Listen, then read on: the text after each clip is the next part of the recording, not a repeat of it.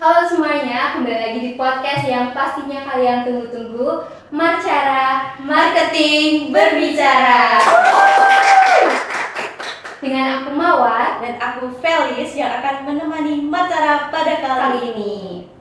Oke, di Marcara kali ini kita akan membahas sesuatu yang pastinya sangat wow sekali. Apa sih Kak Felis? Nah, jadi kita di sini akan membahas tentang suatu hal yang masih seringkali terabaikan, yaitu tentang kesehatan mental. Wah, menarik banget nih Kak Felis. Emang apa sih kesehatan mental itu dan kenapa kita harus mementingkan kesehatan mental kita? Nah, jadi gini Kak Mawar, kita di sini akan membahas kenapa sih kesehatan mental itu sangat penting. Tapi kita di sini nggak berdua aja loh Kak Mawar. Bener banget, kita sama siapa ya? Oke, jadi di podcast kali ini kita menghadirkan pembicara yang sangat luar biasa.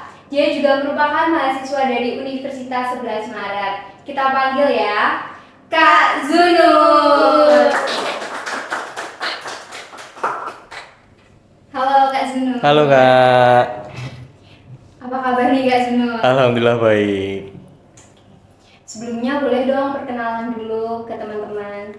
Oke, sebelumnya perkenalkan nama saya Zunur Hirsya Saputra, merupakan mahasiswa Sosiologi Fakultas Ilmu Sosial dan Ilmu Politik Universitas 11 Maret Surakarta, angkatan tahun 2023. Oke Kak Zunur, jadi aku pengen tahu nih, kakak sedang mengikuti kegiatan apa, dan kakak ini akhir-akhir ini sedang mengalami kesibukan apa? Boleh banget dong diceritain di sini. Oke, untuk kesibukan di akhir-akhir ini mungkin ini ya Kak, fokus ke UTS, ujian tengah semester. Kebetulan di minggu ini baru banyak tugas Kak.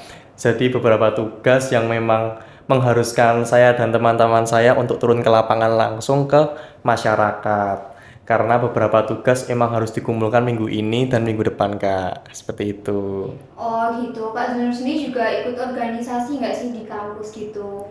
Oke, untuk organisasi seperti Himpunan Mahasiswa Sosiologi. Aku pengen tahu nih, tadi kan Kak Zunur bilang turun langsung ke lapangan. Itu kayak gimana sih konsepnya Kak?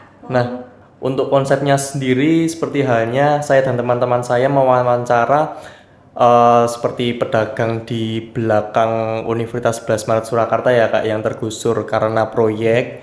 Ada itu pedagang nasi goreng yang akhirnya pindah di dekat Bangjo. Itu diwawancara bagaimana efek dari imbas pengerjaan proyek tersebut terhadap penghasilan yang dihasilkan.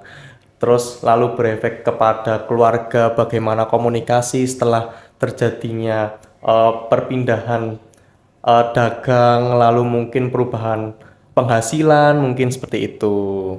Oh berarti Kak Zunur ini sibuk banget ya ini. Iya.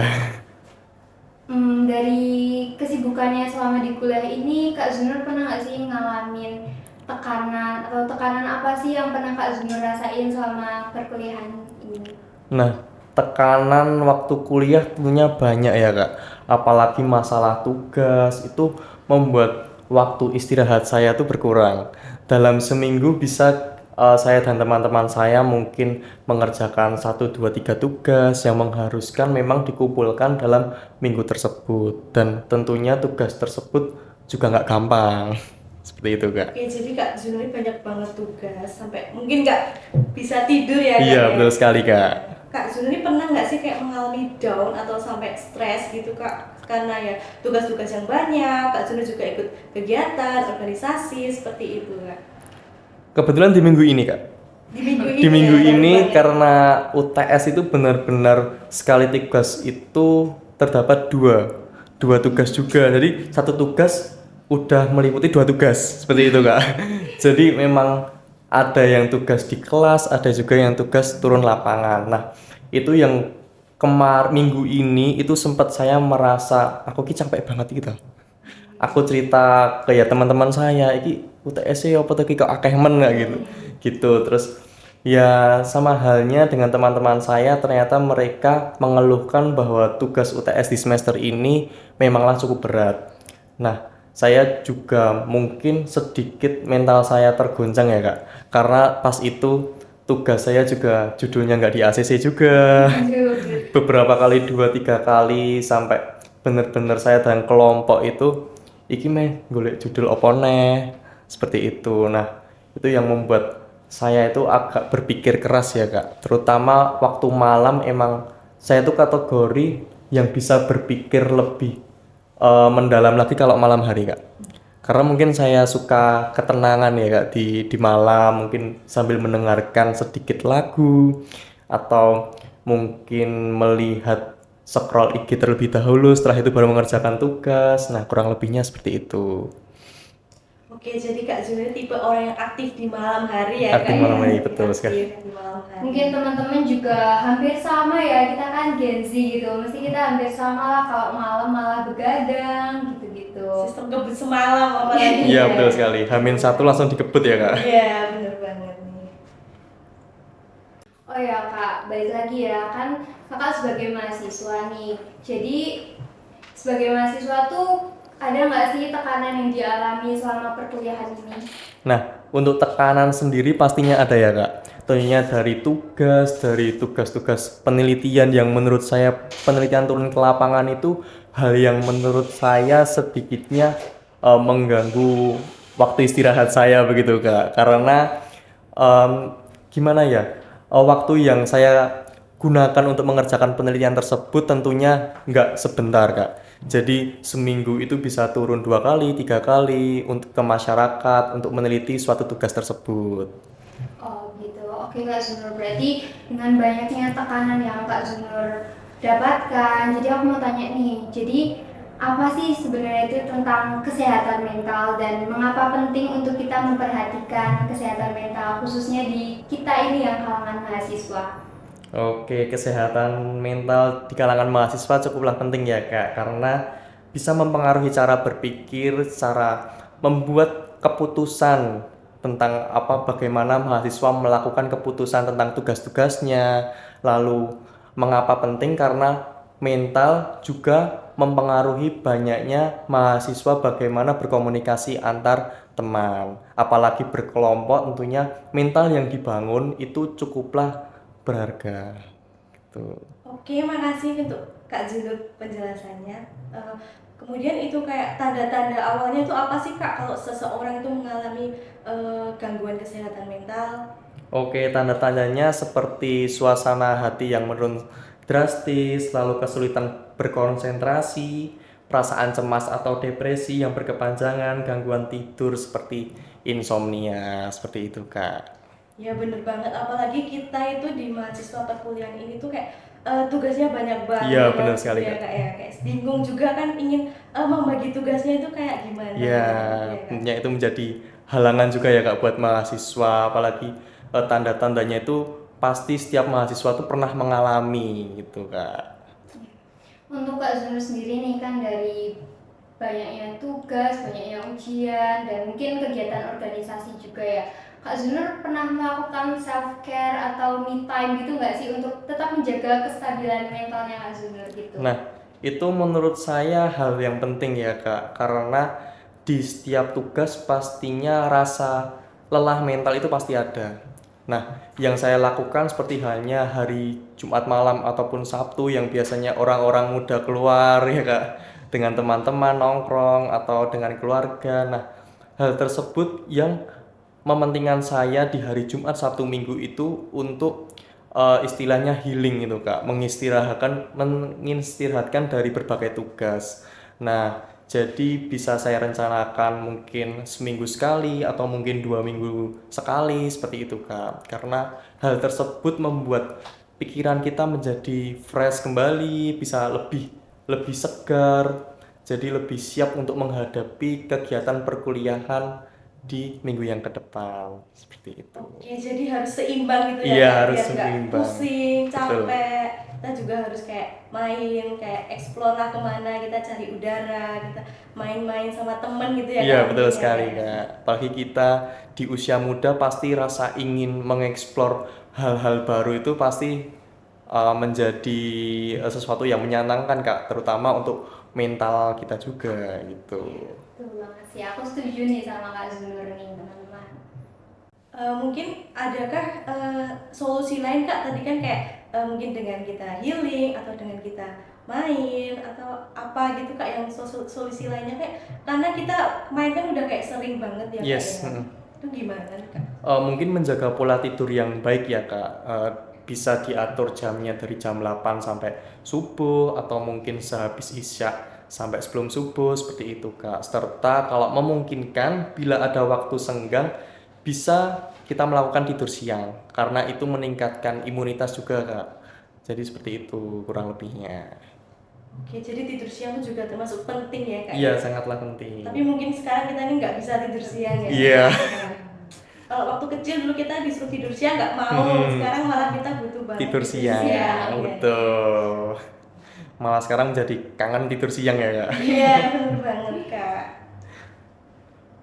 Mungkin kita apa sih Kak yang bisa kita lakukan? Kita misalnya punya teman yang sedang mengalami kesehatan mental seperti itu, kita harus solusinya tuh kita gimana sih Kak sebagai teman yang baik?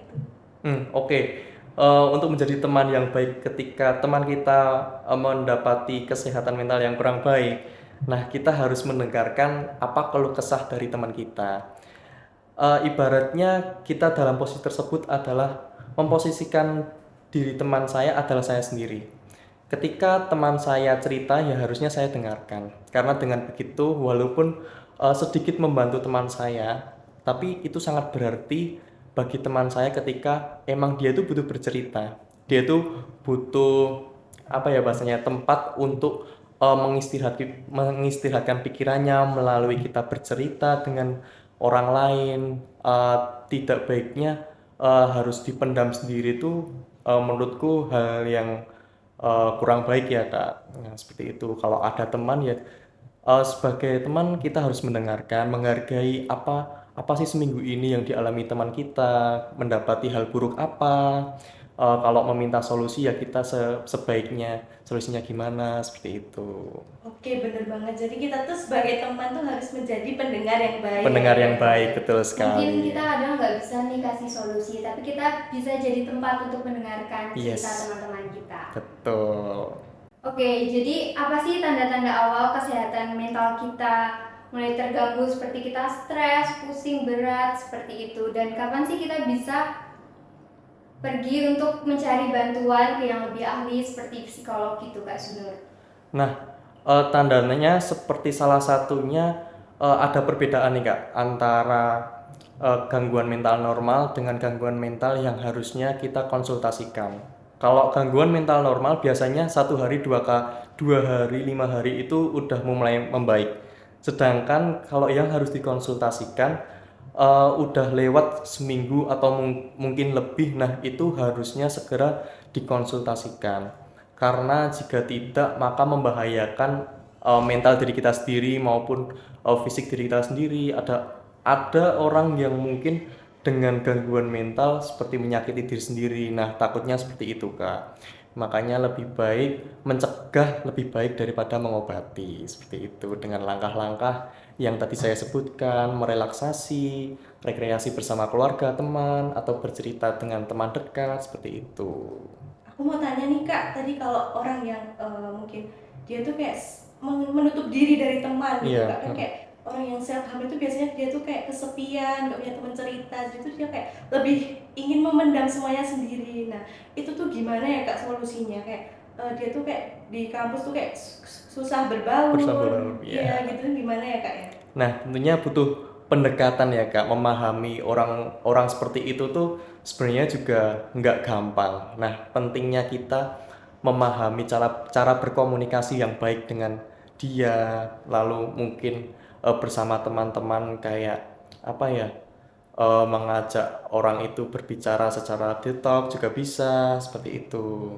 Oke, jadi kita melalui pendekatan Pendekatan lebih ya, mungkin diajak bercanda terlebih dahulu, nanti perlahan-lahan mungkin selang beberapa waktu baru mau bercerita seperti itu.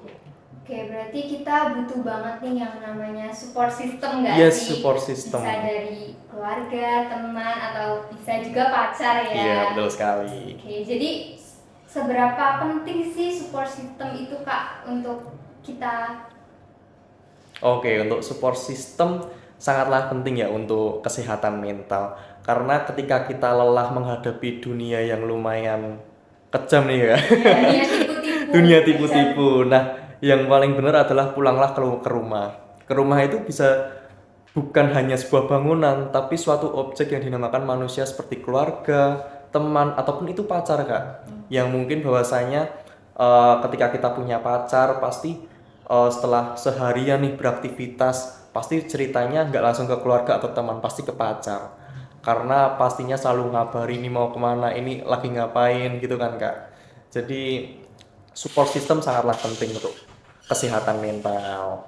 Seperti itu. Ya, jadi bener banget nih, apalagi Bener kita kalau sedang capek, terus kayak sedang pusing, kalau udah ketemu kayak keluarga, teman ataupun pacar pun bisa melupakan semuanya ya kan? Iya, betul sekali, Kak. Melupakan segala masalah-masalahnya, Iya. beban hidupnya gitu ya Kak ya. Secapek-capeknya kita seharian, kalau nanti bercerita kepada orang yang mampu mendengarkan kita dengan baik, pastinya capek itu juga mulai reda, seperti itu, Kak. Bener banget Kak.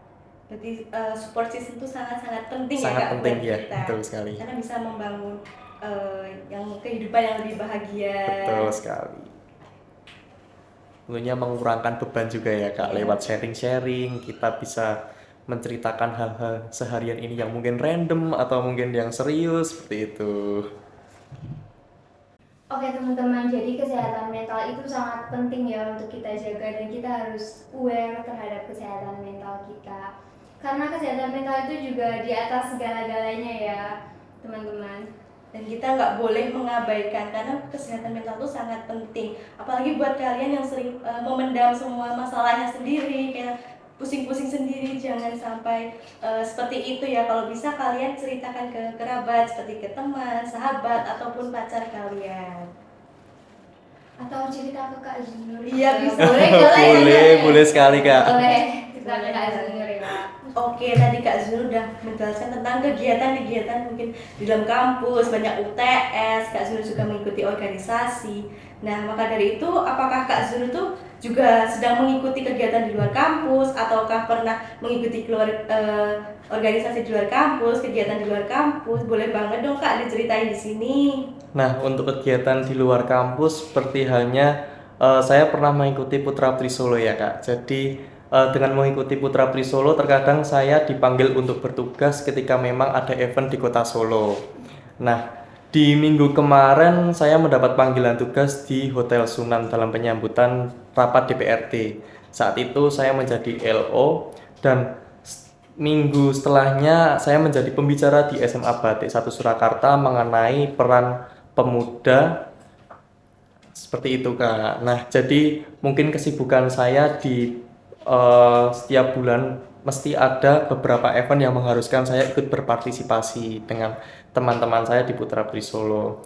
Nah, hal tersebut yang membuat saya senang, Kak, ketika dipanggil karena saya bisa bertemu dengan orang-orang penting di kota Surakarta yang tidak saya temui sebelum-sebelumnya, seperti itu, Kak. Karena bisa berkenalan dengan orang baru, mungkin sharing-sharing juga, seperti itu. Oke, jadi Kak Zul ini adalah putra putri Solo ya Kak ya, dan sering kali menjadi pembicara di beberapa kegiatan ya Kak Iya, ya. betul sekali, Kak. Mungkin Kak Zul tuh pernah mengalami kayak tantangan nggak sih dalam, misalnya lagi diundang dalam suatu acara, nah Kak Zul ada nggak sih tantangan yang pernah dihadapi? Oke, tantangannya seperti halnya kemarin saat menjadi pembicara di SMA Batik ya, Kak. Itu karena sebenarnya bukan passion saya dalam materi tersebut. Ternyata saya mendapatkan materi itu. Nah, itu menjadi tantangan tapi ya saya harus hadapi. Saya belajar 1 hari dan harus menerapkan ke para hadirin di situ karena saya dipercaya, berarti mereka kan percaya bahwa saya bisa menyampaikannya dengan baik. Nah, seperti itu. Tantangannya harus menyesuaikan dengan materi yang telah diberikan. Seperti itu, Kak.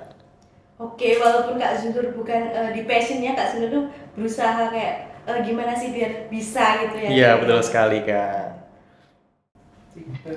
Oke, nggak terasa nih Kak Mawar, kita udah berada di penghujung acara ya. Tentunya seru banget tadi pembahasan bersama Kak Zunur, dan Kak Zunur keren banget dan luar biasa.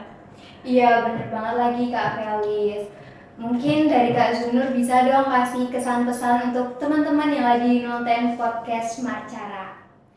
untuk teman-teman semua, tentunya kita pasti mendapati hal-hal yang kurang baik dari pengalaman kita sendiri. Nah, dari hal tersebut tentunya akan meningkatkan kesehatan mental kita menjadi lebih baik. Bagi teman-teman juga, ketika kalian masih mempunyai keluarga, teman, ataupun pacar, tidak salah bagi teman-teman untuk bercerita maupun sharing-sharing, karena lewat hal tersebut tentunya menjaga kesehatan mental dari teman-teman semua. Dan tidak lupa untuk beraktivitas secara fisik, olahraga, healing, ataupun hal-hal yang lainnya yang bisa menurut teman-teman menemukan hal-hal baru di aktivitas tersebut. Oke, terima kasih ya Kak Zunur untuk waktunya udah mau hadir di podcast Marcara kali ini. Oke, dengan aku Mawar Dan aku Felis. sampai jumpa di Marcara berikutnya. Dadah. Dadah.